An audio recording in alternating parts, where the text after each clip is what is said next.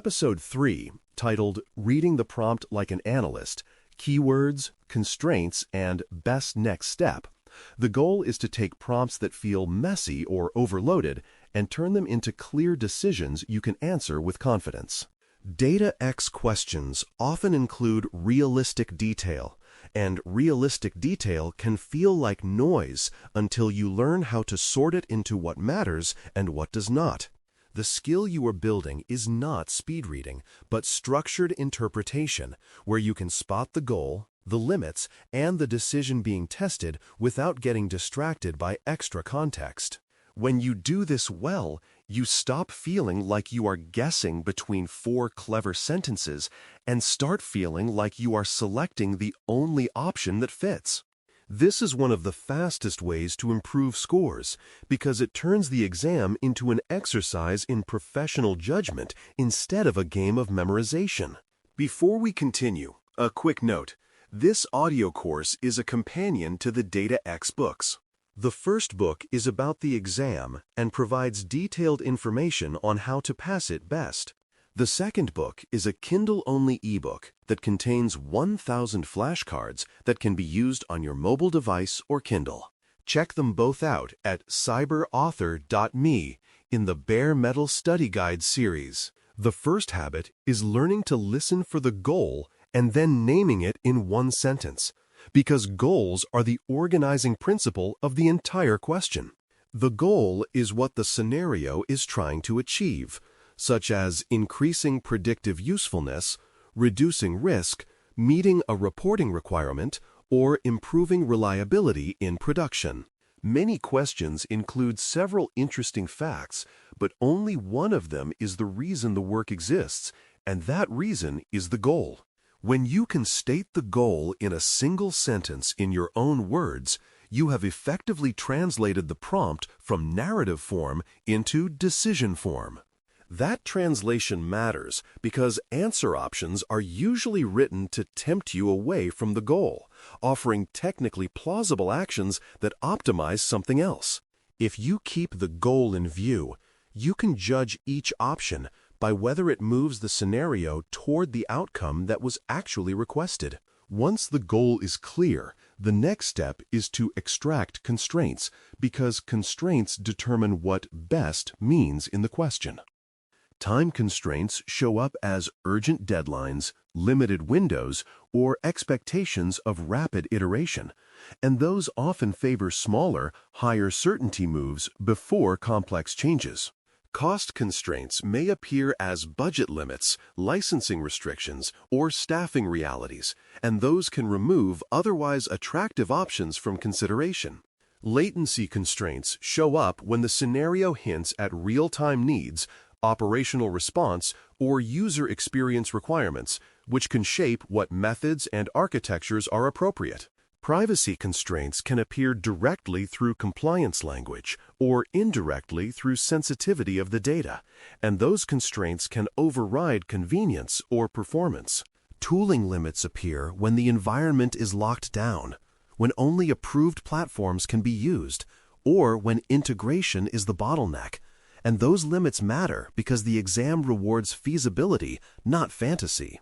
After the constraints, you want to identify data types and the target type before you choose any method, because method selection should be downstream of what the data can actually support.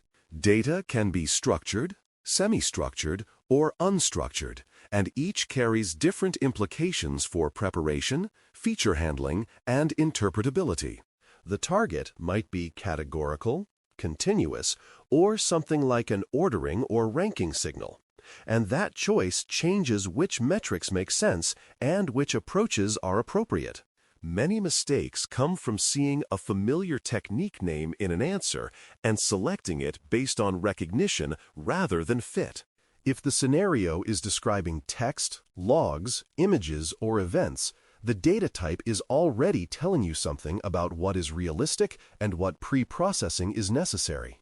If the scenario is describing an outcome like approve or deny, fraud or not fraud, or high risk versus low risk, the target type is guiding you toward classification thinking rather than regression thinking.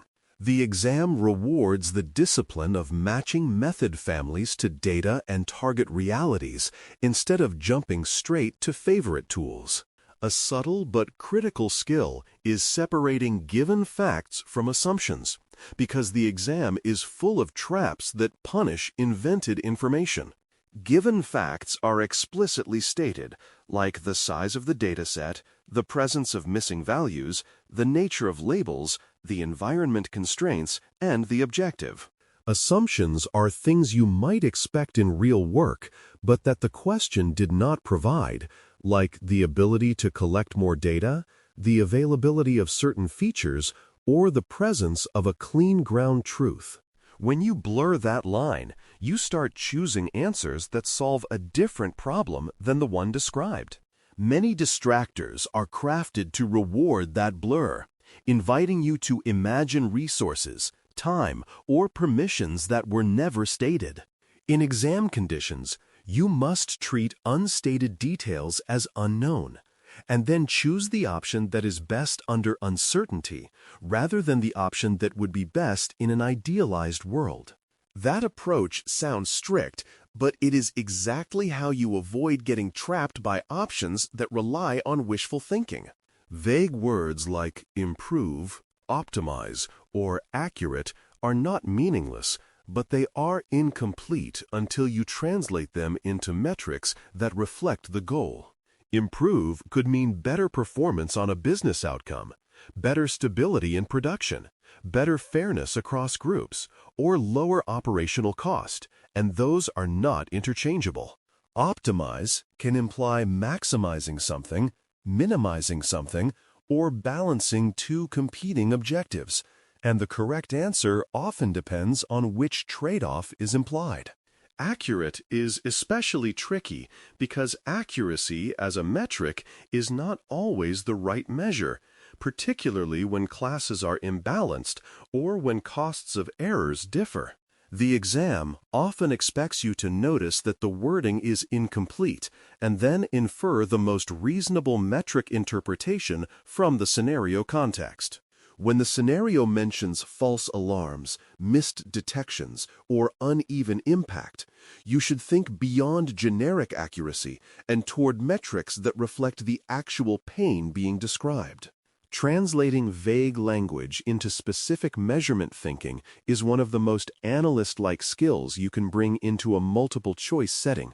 Another recurring decision point is detecting whether the question is asking for the best next step versus the best model, because those are different kinds of answers. Best model questions ask you to choose an approach given that the prerequisites are satisfied and the problem is well formed, which is not as common as people expect. Best next step questions ask you what to do now given a current state that may be incomplete, risky, or uncertain, and those are far more common because they reflect real workflows. In best next step questions, the correct answer often feels modest, like validating data quality, confirming labels, splitting data appropriately, or checking for leakage, because those actions increase certainty and prevent expensive errors. Distractors in this category often suggest jumping ahead to training, tuning, or deploying because those steps sound productive. The exam rewards the professional instinct to do the prerequisite work first, even if it feels less glamorous than selecting a model. Once you start separating these two question types, you will find that many formerly confusing prompts become straightforward. Ordering logic is the backbone of best next step reasoning, and it often comes down to recognizing prerequisites that must happen before later steps can be trusted.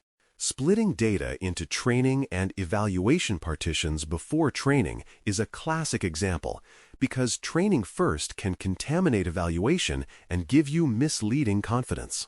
Similarly, defining the objective and the metric before optimizing prevents you from improving the wrong thing, which is a common failure mode in both exams and real projects. Establishing baselines before making complex changes gives you a reference point, which helps you measure whether an intervention actually helped.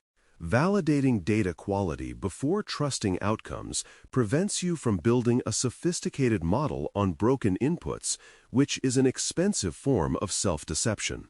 In the exam, correct answers often reflect this sequence discipline, and wrong answers often scramble it, presenting later stage actions without the foundational steps that make those actions meaningful. If you train your brain to ask, "What must be true before this step makes sense?" you will eliminate many distractors quickly. You also want to spot red flags for leakage, drift, or bias hidden in wording, because the exam likes to embed these risks in innocent-sounding phrases. Leakage often appears when a feature is too close to the outcome, when information from the future sneaks into training, or when labels are derived from the same process that generates the predictors. Drift appears when the scenario hints that performance is degrading over time, that the environment has changed, or that the data distribution is no longer stable. Bias signals show up when the scenario mentions uneven performance across groups, complaints of unfair outcomes, or training data that underrepresents important segments. The question may not name these risks directly, but it will describe symptoms that point to them.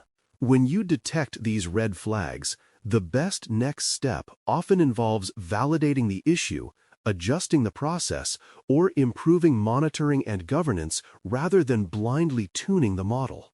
This is judgment being rewarded again, because the exam is measuring whether you can recognize the real problem behind the surface narrative. Missing data hints are another place where prompt reading directly affects the correct answer, because the right move depends on what kind of missingness is implied and what constraints apply. Sometimes the scenario hints that data is missing due to collection gaps or broken pipelines, which suggests that recollection or fixing the source should be prioritized over clever imputation. Other times, the scenario implies that missing values are expected and consistent, which can make imputation a practical step, especially when time constraints prevent perfect fixes. The exam often expects you to choose the action that best balances reliability and feasibility, given what the prompt says about deadlines and control over the data source. A common trap is selecting a sophisticated technique as a substitute for understanding why data is missing, which can create silent errors that show up later. The professional mindset is to treat missingness as a signal, not just a nuisance, and to decide whether the best next step is to recover data at the source or to handle missingness responsibly in preparation. Sampling clues are equally important because sampling affects what you can infer and how you should evaluate, especially when classes or groups are uneven.